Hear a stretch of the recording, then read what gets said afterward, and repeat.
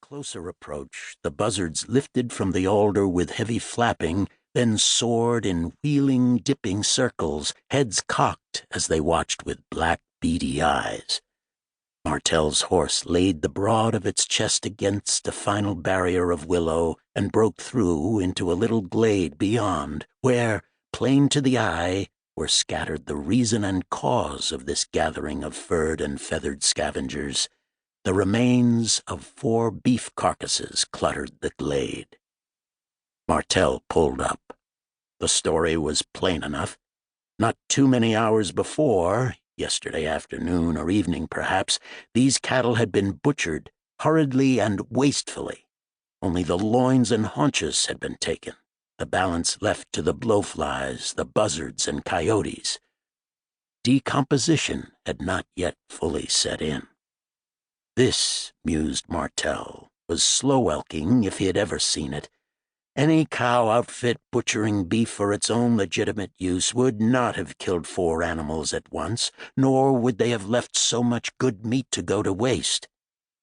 Considering the matter, Martell thumbed tobacco sack and paper from a pocket of his jumper and spun a cigarette into shape. It was while he was busy at this that the black horse swung an alert head, ears pricked. At the same instant Martell heard the muffled thump of hooves coming up along the creek, and then there was a voice calling, harsh and dominant. "The buzzards lifted out of that tallest alder just ahead. We'll have a look around there."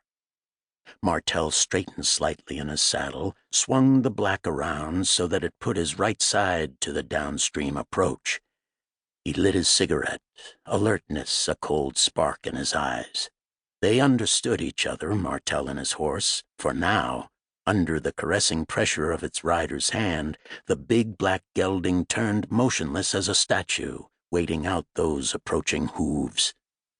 4 riders broke through the willows at the lower end of the glade. At what they saw before them, they pulled in abruptly, and from the lips of their leader, a spare, leathery-faced man with a nearly white sickle mustache that framed a grim bear-trap mouth, burst words of bitter anger. "Knew it! Knew we'd find something like this, those damned settlers. So smug and self-righteous. More of the same old thievery. 4 good ones this time, slow-elked." The torrent of the speaker's anger broke off abruptly as his furious glance, sweeping the glade, came to rest on Martell and the statue-like black. For a moment he stared, then growled with savage authority. "Watch him, boys. Carp, come up with me."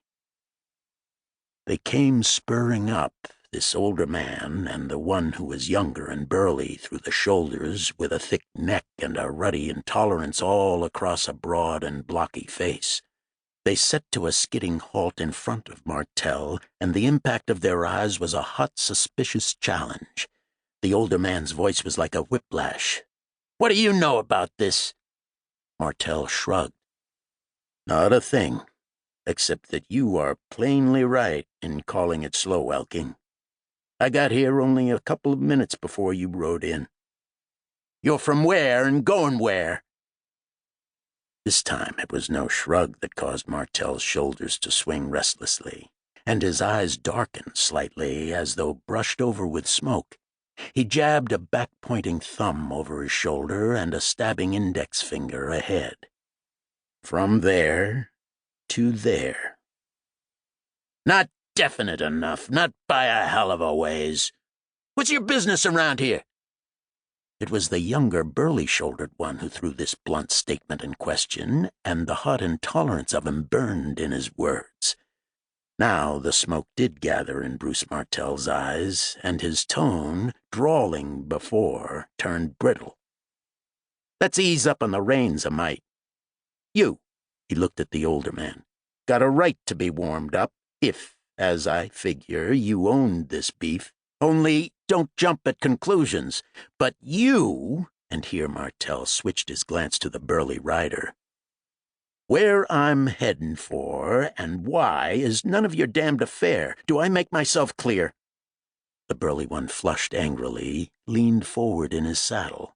The older man snapped a harsh command. "Easy does it, Carp. Let me handle this."